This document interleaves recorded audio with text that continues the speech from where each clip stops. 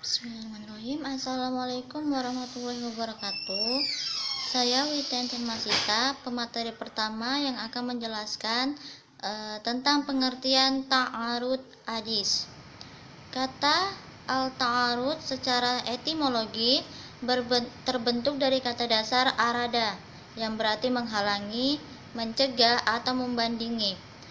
Asal arti kata ini bermula dari adanya sebuah bangunan atau lainnya, seperti kayu penghalang atau gunung yang menghalangi atau mencegah orang-orang yang melintasi sebuah jalan, sehingga dalam hal ini kata al-i'tirad diartikan mencegah dan menghalangi. Sedangkan kata al-ta'arud mempunyai arti saling mencegah, saling menentang atau saling menghalangi. Dari paparan tersebut, maka penulis memberikan kesimpulan bahwa kata al-ta'arud memberikan pengertian pertentangan satu dengan yang lainnya. Secara terminologis, para ulama memiliki berbagai pendapat tentang definisi ta'arud al-adilah. Di antaranya yang pertama, menurut Imam al-Sawqi. Menurut Imam al-Sawqi, yaitu ijtama'ahuma yumkinu la dalila insyaallah. Ijtama'ahuma yumkinu la dalilaini tadfa'aini huwa ta'arud, yang artinya pertentangan dua dalil yang tidak mungkin untuk dikompromikan antara keduanya. Yang B, menurut Kamal Ibnu Al-Humam dan Al-Taftazani, ta'arud al-adilah adalah pertentangan antara dua dalil yang tidak mungkin untuk dikompromikan antara keduanya.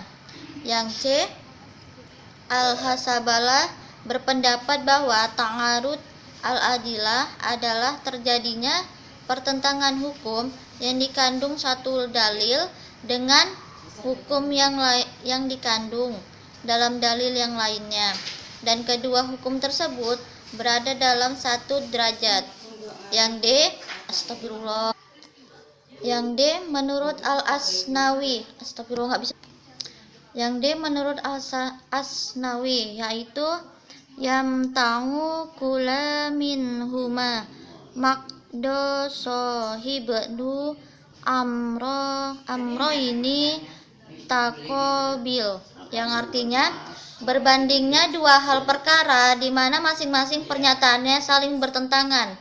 Jadi ta'arud al-adilah mempunyai arti perlawanan antara kandungan salah satu dari dua dalil yang sama derajatnya dengan kandungan dalil yang lain secara johir pada derajat yang sama, sehingga dalam implikasinya kedua dalil yang berlawanan tersebut tidak mungkin dipakai pada satu waktu. Perlawanan itu dapat terjadi antara hadis dan hadis yang lain, hadis mutawatir dengan hadis mutawatir yang lain, hadis ahad dengan hadis ahad yang lain. Sebaliknya, perlawanan itu tidak akan terjadi bila kedua dalil tersebut berbeda kekuatannya, karena pada hakikatnya dalil yang lebih kuatlah yang akan diamalkan. Sekian dari saya kembali kepada pemateri kedua. Nama saya Nurleli. Di sini saya akan mencoba menjelaskan tentang contoh-contoh hadis ta'arud dan pemecahannya. Bagi seseorang yang hendak mengkaji dalil-dalil syara' dan metode istinbat hukumnya, maka wajib baginya untuk mengetahui ilmu dan hukum yang berkaitan dengan objek atau pembahasan serta kaidah-kaidahnya.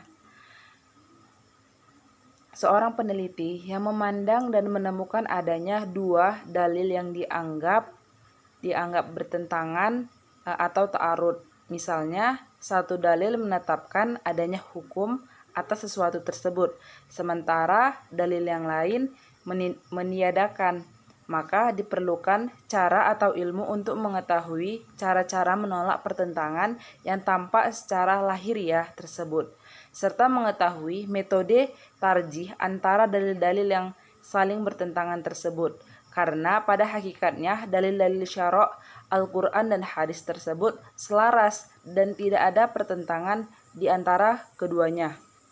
Sedangkan Wahbah Al-Juhali mengemukakan bahwa adanya kontradiksi antara dalil itu hanya dalam pandangan mujtahid, mungkin karena pandangan yang berbeda atau karena faktor kekuatan logikanya, dan bukan suatu kontradiksi yang aktual karena tidak mungkin Allah Subhanahu wa taala menurunkan aturan yang kontradiksi satu dengan yang lain. Karena dalil-dalil tersebut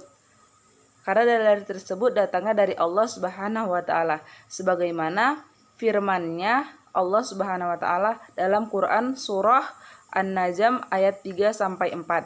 Dan tidaklah yang diucapkan itu dalam Al-Quran menurut kemauan hawa nafsunya.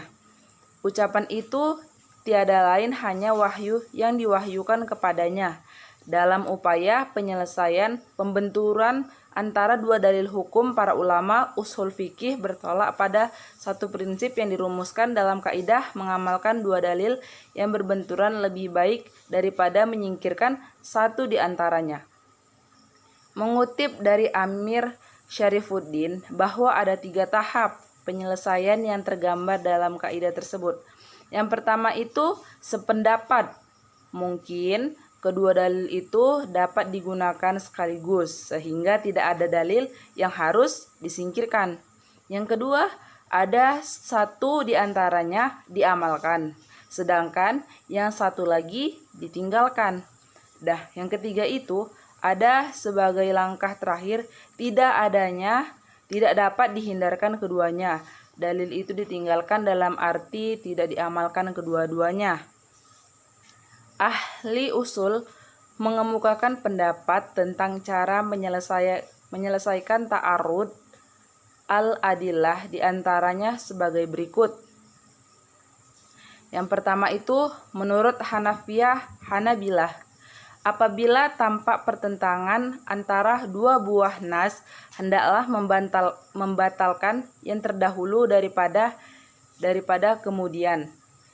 Yang kedua, menurut Malikiyah, Syafi'iyah, Jahiliyah, apabila bertentangan dua buah nas, maka cara pertama yang harus ditempuh adalah mengumpulkan al-jam'u dan kemudian dikompromikan dengan al-taufiq.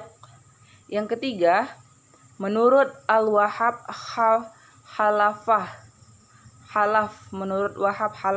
apabila bertentangan dua nas pada lahirnya, wajiblah untuk mengumpulkan al-jam'u dan mengkompromikan antara al-taufiq antara keduanya. Jika tidak dapat dikompromikan, hendaklah berijtihad untuk mentarjihkan salah satunya. Terima kasih. Assalamualaikum warahmatullahi wabarakatuh. Baik, jadi kesimpulan pada materi ini yaitu terdapat beberapa kesimpulan berkaitan dengan ta'arud hadis yang dapat dijadikan pelajaran bahwa ta'arud al-hadis adalah dua hadis atau lebih yang secara lahiriah terlihat bertentangan dalam pernyataannya. Dalam pertentangan dalam dalil-dalil syara' tersebut pada hakikatnya tidak terjadi karena dalil-dalil tersebut datang dari Allah. Dalam istinbat al-hukm, seorang mujtahid membutuhkan penguasaan ilmu mukhtalif al-hadi wa muskiluh atau ilmu yang mempelajari ta'arud al-hadis. Dalam menghilangkan ta'arud al-hadis terdapat metode tarzih dan mu'u atau mengkompromikan. Sekian dari kelompok 12. Wabillahi taufiq wal hidayah. Wassalamualaikum warahmatullahi wabarakatuh.